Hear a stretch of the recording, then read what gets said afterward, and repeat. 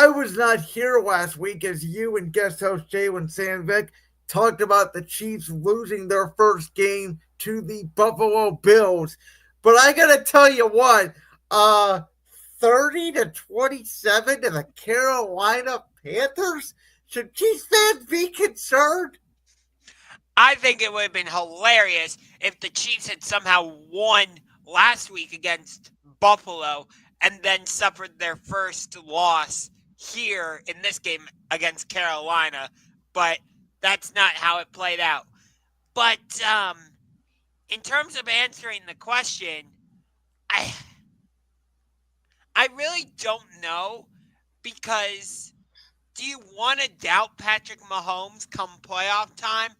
You can do that, but we saw what he did last year when everybody was kind of doubting him and counting out the Chiefs. He just went on a rampage and led the Chiefs to a Super Bowl. Nothing out of the ordinary for him at this point. So it's like I don't know. Because on one hand, yeah, they're not. It doesn't seem like they're firing on all cylinders. But on the other hand, I don't want to bet against Mahomes come playoff time. So I do think that, part of it is boredom, right? Where it's like we won back-to-back Super Bowl champions. We know we're more than likely, at worst, the way the AFC is played out, going to be a top 2 seed. Obviously, they would want the number 1 seed in the first round bye, but I don't know if Kansas City feels that they absolutely need it. And I think part of it is like, we're playing the Panthers. Like, we know we're so much better than them. We don't have to throw our fastball. And Patrick Mahomes will just drive down at the end of the game and get us in field goal position to win the game. I'm not even that concerned about the Chiefs' defense. I think Steve Spagnuolo, that defense went, 30-something games without giving up 25 or so points. And then obviously the last 2 weeks they've struggled. I thought, by the way, in a loss, that might have been Bryce Young's best game of his professional career. I went away from that game more impressed with the way Carolina was able to move the ball on Kansas City's defense than anything else. But from the Chiefs' perspective, it's not about Mahomes. It's not about them as a team. It's not about, them bringing over DeAndre Hopkins or Xavier Worthy, maybe not as impactful as we thought, or the fact that Isaiah Pacheco's coming back reportedly this week against the Las Vegas Raiders on Black Friday, which I think will help them. I think the biggest thing, Josh, for this Chiefs team is you take a look at the snaps and you take a look at the production. They did this a little bit last year, and maybe he'll turn it on for the playoffs. But Travis Kelce just does not seem like the same guy. And maybe that's because of his girlfriend. I don't know. But I will say this. Like, we were kind of talking about the same things last year, like I said earlier with Kansas City. Like, okay, their offense isn't flashy. They don't have those deep bombs to Tyreek Hill anymore. And yet they still won the Super Bowl last year. And people were saying, oh, they're going to have to go on the road because they're not the number 1 seed. Guess what? They went into Buffalo and beat the Bills. Guess what? They went into Baltimore and beat the Ravens. So why would I doubt the Chiefs or be concerned about them when we've seen them kind of in this position last year? Yeah, I think the difference is, you look at this team and last year's team. I look at this team more as like, and I'm not going to say they're going to go on a full-fledged collapse the way that my Philadelphia Eagles did a year ago. But they started out this year the way my Eagles, in my opinion, started out last year, which is, grind it out, win close games. Everybody's saying, it'd be nice to blow somebody out. You didn't really hear that from Kansas City last year. It was sort of, well, we're dealing with injuries. We're going through growing pains. This year, it's been like, hey, we can't keep playing in close games. Yes, we're surviving it. Now, again, I think the difference this year is they have Patrick Mahomes and they have Andy Reid and they do have Travis Kelce, and they're getting reportedly Hollywood Brown back, who could be back by Christmas. They're getting back Isaiah Pacheco this week. So reinforcements are coming. But at some point, and we talked about this, Listen, they made a great, incredible play against the Denver Broncos to win that game. They have barely survived games this year against the likes of Carolina, of Baltimore, of Cincinnati. Um, Tampa Bay.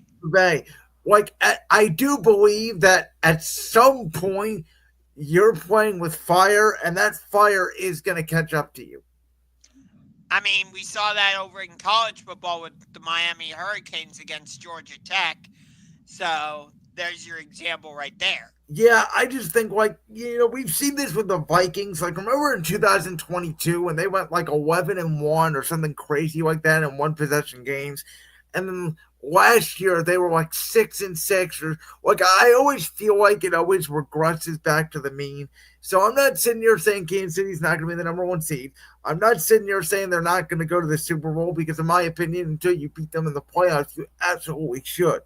What I am saying is this is either a Chiefs team that is either the best team situationally that we have seen all time, maybe even better than Brady and Belichick in their heyday, which very well could be possible, or it's just a team that, to be honest with you, might be a little bit bored because they do, even though they have played in these close games against Cincinnati and the Baltimores, they do play up to their competition. And I do feel like a little bit this Carolina game was, well, you know what? It's the Panthers. Like, yeah, the game should have been closer than we thought, but overall, we're better than the Panthers. Like, who cares about the result of this game? Yeah. I, I'm not going to doubt against the Chiefs. It's Mahomes. Why would I? So, I do not think that Patrick Mahomes is in the MVP conversation this season, but one guy that might be in the MVP conversation, I know, Josh, you are big on not having a quarterback win the award every year. Well, there may not be an example greater than a guy who I will raise my hand and admit, as an Eagles fan, I did not expect this kind of impact from number 26 out of Penn State, the former New York Giant, who is making Joe Shane eat his lunch back up every single day of the week, 7 days a week, 365 days a year, for deciding to essentially pay Drew Lock the extra $5 million, and he's not even playing anymore. That they could have gave Saquon Barkley, who is now having, in my opinion, and we've had some great running back seasons in my franchise, Brian Westbrook, Shady McCoy. This may be the best running back in Eagles franchise history. Very well could be. Um, I would say it's either Barkley or Josh Allen at the front of the pack for MVP right now. I would give the slight edge, I think, to Saquon because because of the impact overall on this Eagles offense. But I think what's holding him back is that, like, people are saying if he wants to win MVP, he's got to break Eric Dickerson's 2,000-yard record. He's got to do this. He's got to do that. Like, people are putting all these various roadblocks in the way, whatever it is. And then you flip over to Josh Allen, and I don't hear people putting like roadblocks of any kind in front of his path to MVP. You know what I mean? Well, yeah, and I think, to be honest with you, it's mostly because even though they have a running game now in James Cook, I think many people still, and I'm one of those people that do feel like that, it is really a Josh Allen centric reliant offense in Buffalo. I think you're forgetting one name out there, and it's the guy that we just saw have another significant, masterful Monday Night Football performance last night. Baltimore Ravens quarterback number 8, Lamar Jackson, who I think, and again, I was wrong on Saquon Barkley. Obviously, I love him, but I think undisputably number 8 for the Baltimore Ravens is the MVP of this football season. I know what I people, can't say that. Not I when know you've what lost. people are gonna say. Not when you've Oh, lost to the Raiders. Not when you've lost to the Browns. You lost against the Steelers again. You no, I can't put okay. him. I can't put him as Here the is my MVP. argument for Lamar Jackson. So this year He leads the NFL currently in touchdown passes. He has 27 touchdown passes. Do you realize this year, again, I think the MVP is more of a stat award. He has 3 interceptions, and all 3 of those interceptions were on tipped balls by his own wide receivers, which means he could be entering week 13 if those 3 passes are caught with 0 interceptions on the season. If he added that, I don't care if he has 4 losses. To me, that is MVP conversation, and that's what I look at. And I look at this Baltimore Ravens team, and I just remember them, and you could say what you want, but I've watched the Ravens with Lamar Jackson the past few seasons, and I've watched the Ravens without Lamar Jackson, whether it's Tyler Huntley, whoever was in a quarterback. Those guys could not move the ball.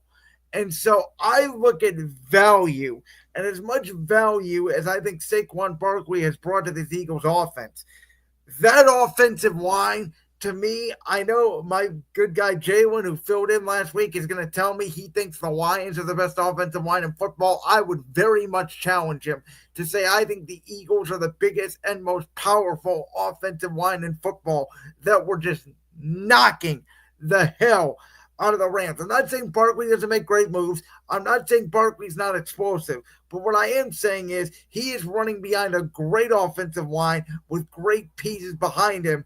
Josh Allen has had a couple of bad games this year, to me, more than Lamar, including one where he threw less than 100 yards against Houston, and one on a Sunday night where Baltimore absolutely stomped Buffalo. So that, to me, puts Lamar Jackson ahead of Josh Allen in the MVP conversation. So I hear what you're saying, but when I look at the overall impact, I would still give the edge to Saquon because of, feel like Saquon has come in and kind of quieted the talk around Nick Sirianni recently. You see a clear difference in how A.J. Brown and Devontae are playing. The defense has kind of stepped up since Saquon has gotten kind of stepped up. Do you realize my defense is the number 1 defense in football? But that's my point, though. But I don't think that's a Saquon change. I think that's the change of those 2 great defensive backs that we drafted in the draft, Quinyon Mitchell and Cooper DeJean at the slot. By the way, that's when my defense turned around, was post-bye when DeJean was entered into the slot. I'm not dismissing the impact of Quinyon Mitchell or Cooper DeJean, but if you're running the ball and sustaining these long drives, guess what? Your defense has time to sit on the sidelines, rest, recover, catch their breath. So that's why Jalen Carter and that defensive front has led the way as well. And I get what you're saying. I've also said this. I said this today on Braden's World. We all want to talk about the quarterbacks. We all want to talk about Lamar and Josh Allen and Jalen Hurts and Patrick Mahomes and Justin Herbert and name them.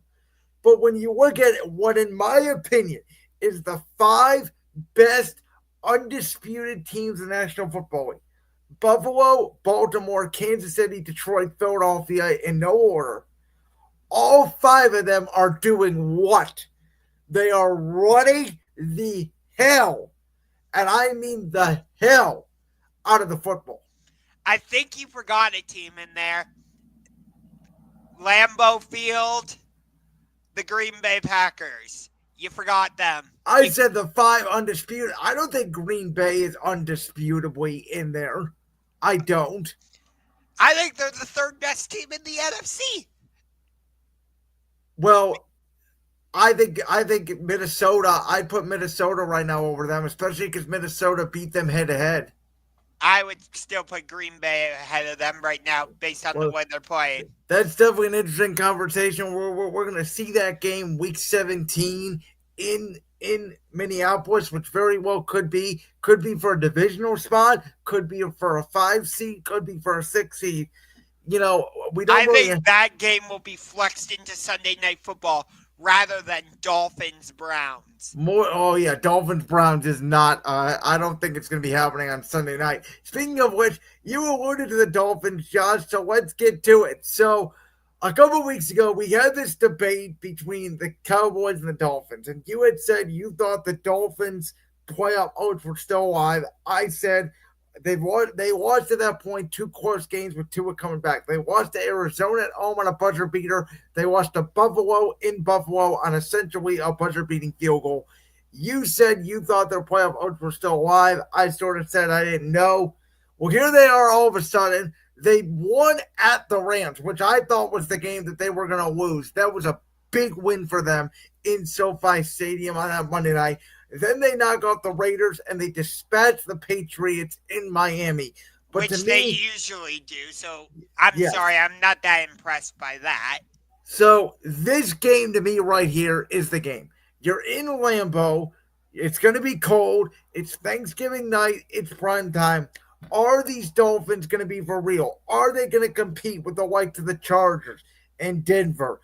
And, maybe by hook or by crook, Cincinnati, though I'm not counting on it, for that West AFC wildcard spot. Because to me, if they're going to go on a run, this is the game they have to have. And we all know the reputation that the Dolphins have. When they get into December football, they just fall apart. I don't know what to make of the Miami Dolphins. I really don't. They're one of the most confusing teams in the NFL right now, I would say. You know They what's interesting? Obviously, he's not the MVP. I'm going to put that out there right now. Obviously, he's not. But if you want to talk about valuable to your team, is there anybody more valuable in football to a football team than Tua is to the Miami Dolphins? I mean, we saw how much their quarterback play fell off a cliff. They've lost to the They did lose that Monday night game to the Titans, I think, if I'm not mistaken. Yes they did pretty badly. If I recall, it was like a 10-point game. It wasn't even close in the fourth quarter. Speaking of Tennessee, that was the shock of the weekend.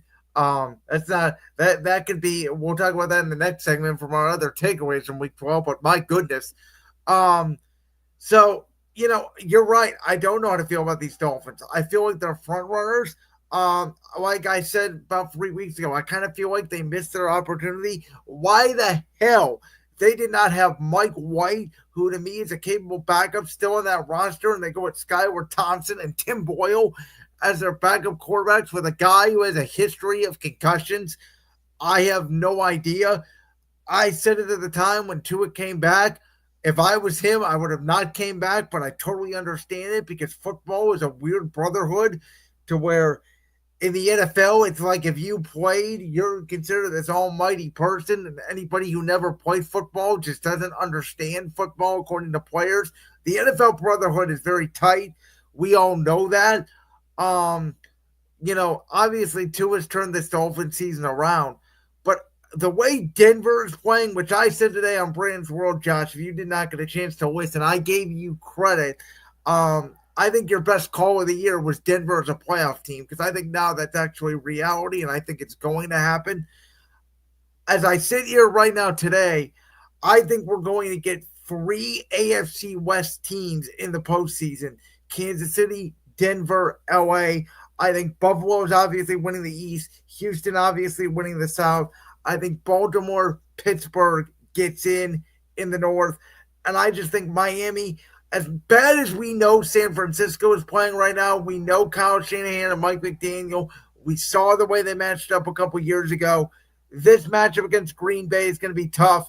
And I don't care how the Jets and Browns are playing. We just talked about it. That historically Miami going into those cold environments in December does not do well. Yeah, I mean, we saw the impact the snow globe had on Pittsburgh in Thursday night, even though Pittsburgh should be used to that. But there you go. So it'll be interesting to see how the whole dome stadium conversation changes after that.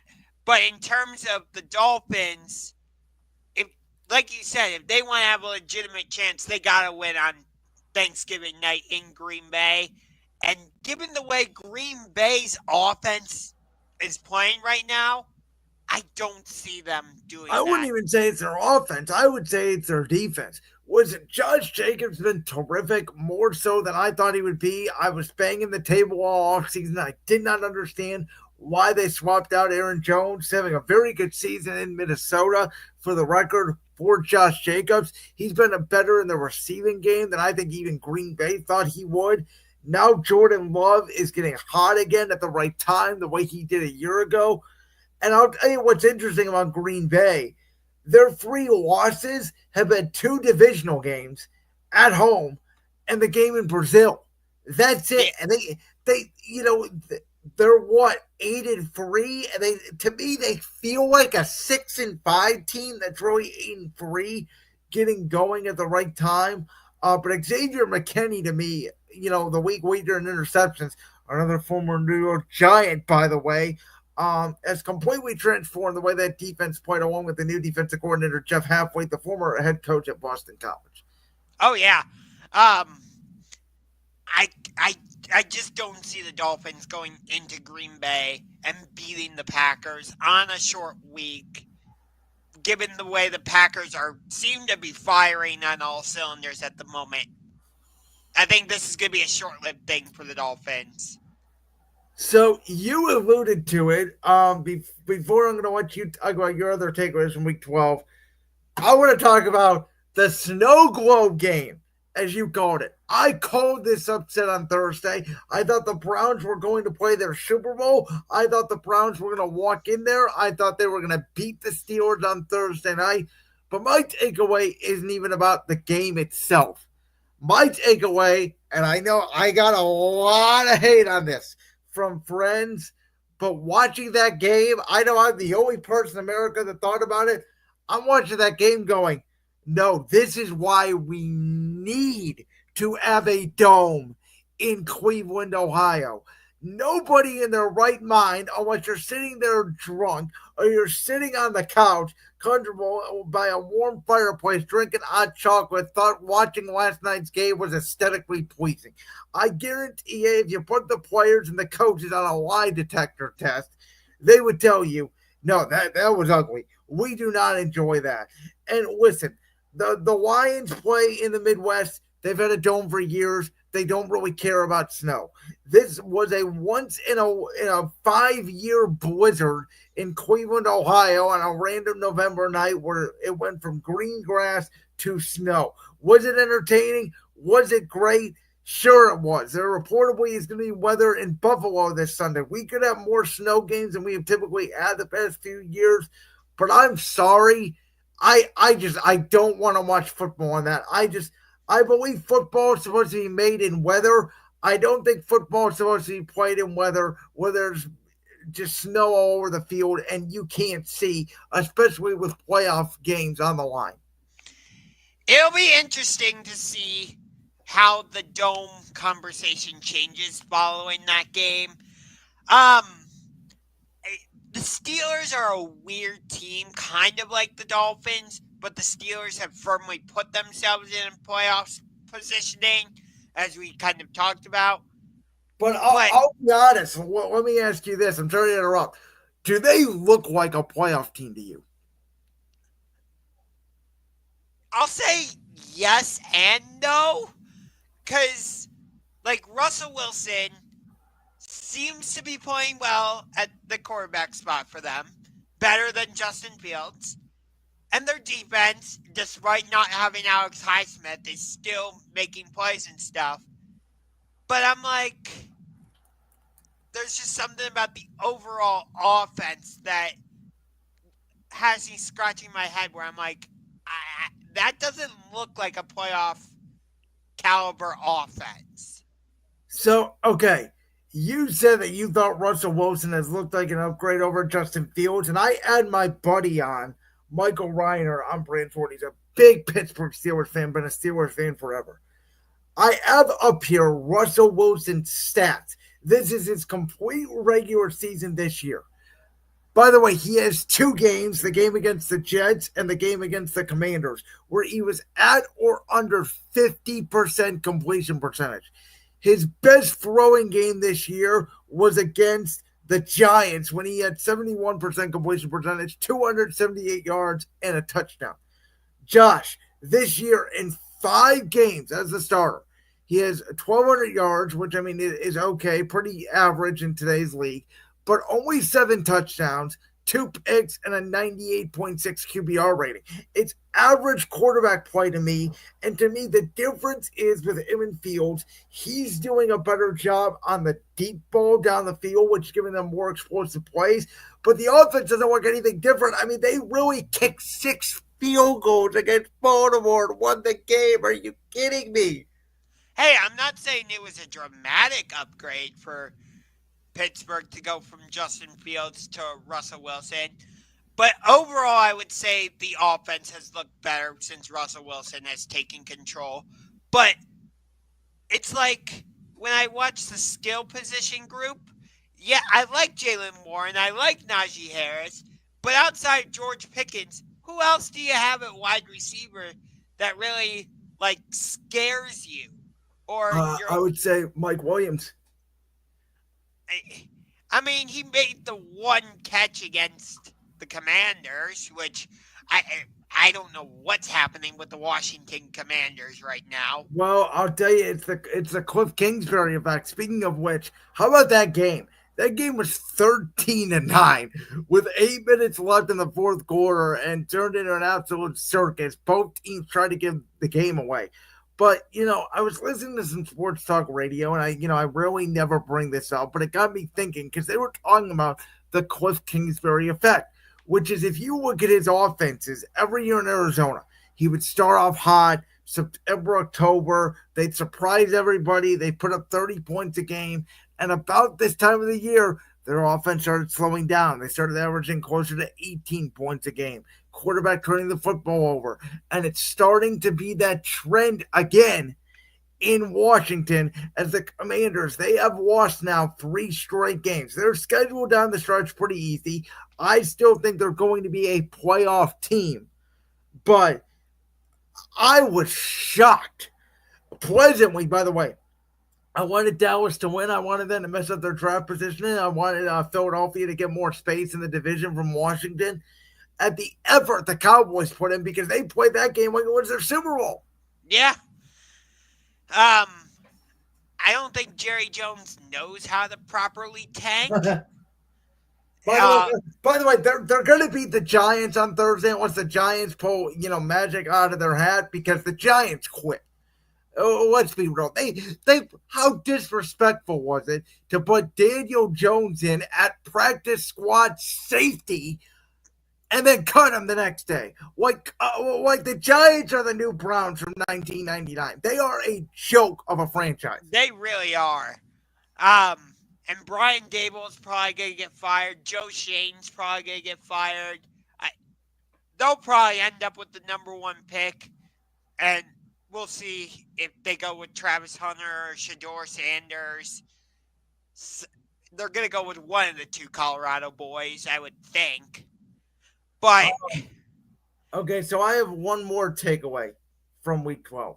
And this is one that you may debate me on a little bit, and I'm open to hearing the conversation. I am. But I don't think many people in the media are talking about this. CJ Stroud is quietly having a sophomore slump.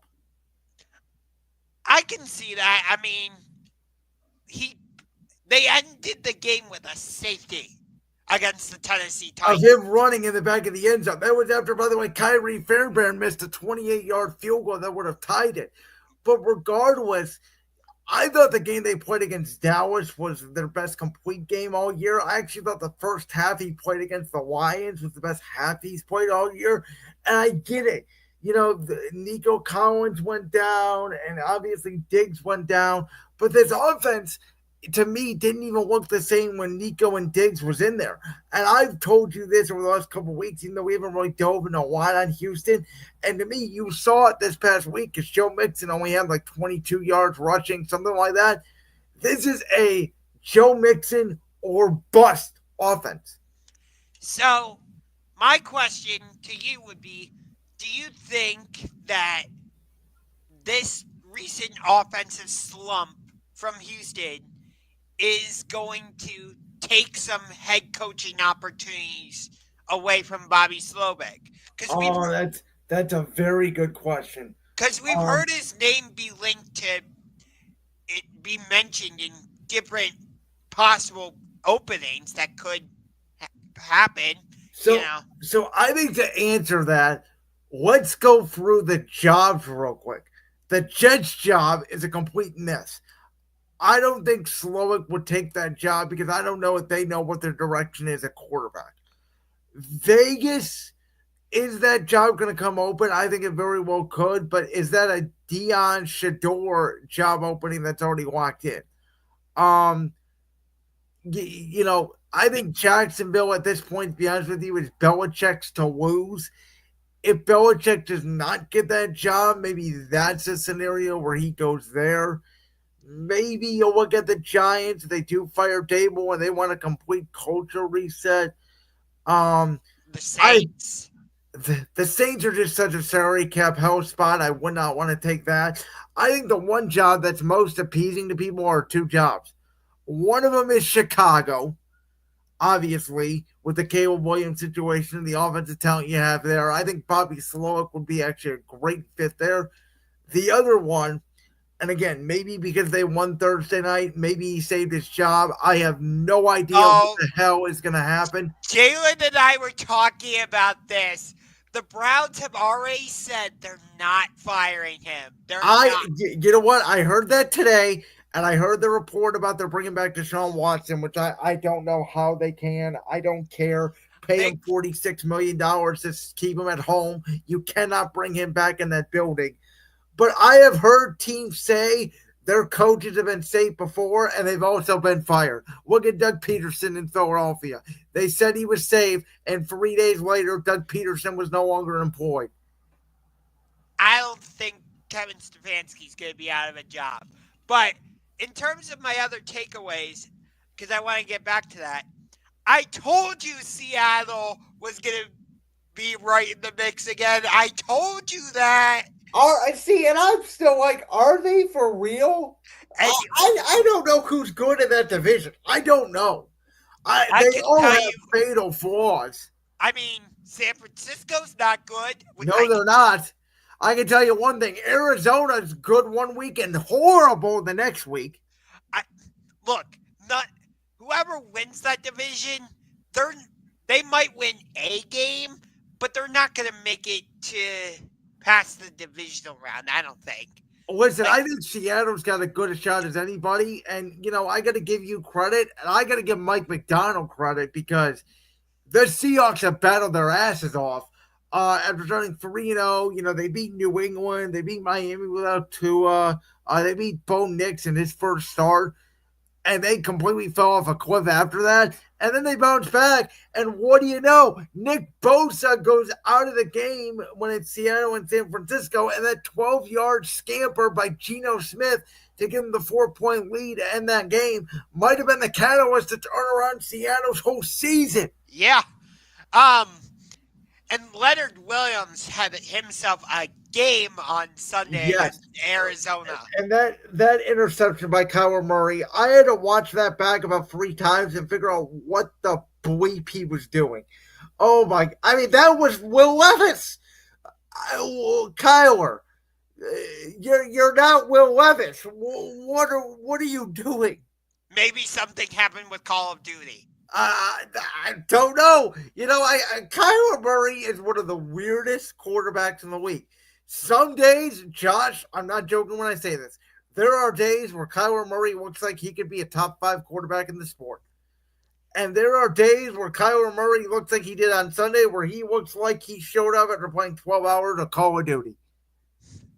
I don't know. This whole season overall has been very weird. I feel like you can't, outside of like Detroit and Philadelphia, I guess you could say Kansas City because they're 10-1. I would say those 3 teams have kind of separated themselves, but everybody else is just kind of bunched together. Oh, I would put Buffalo in that conversation with those 3. You would? Buffalo was certainly there. Okay. You mean because You mean because Buffalo beat Kansas City? Not only that, they're 9-2. Okay, that's fair. So I would.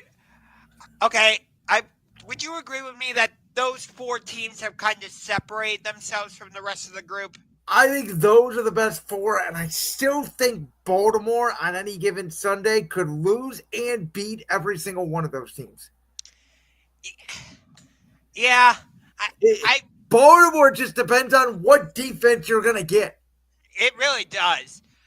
Um, and I want to put Green Bay in that group. I really do because I really like Jordan Love. I know I'm higher on him than you are, and I really like the way they're using Josh Jacobs. You mentioned him earlier. How about the resurgence of the running back position overall, though? So, so I just alluded it to you a little bit, and I know you're diving into the backs more themselves. Jacobs, Joe Mixon, Saquon Barkley, Derrick Henry, different places thriving. But okay, maybe not so much Joe Mixon right now, but well, not after last week. But Joe Mixon has had an incredible season for Houston. I can't disagree with that. But look at if you want to put Green Bay in there for the sake of argument for this conversation specifically, I'll put Green Bay because they have a running back in Josh Jacobs. Philly, Green Bay, Detroit, Baltimore, Kansas City, Buffalo. They are all using the run game. They all have superstar-ish quarterbacks. They're all using the run game. Exactly.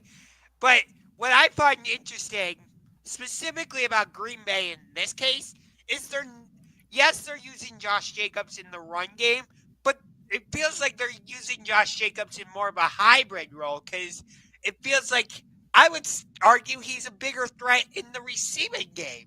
And by the way, going into this year, he never had a receiving touchdown. And yet here he is. So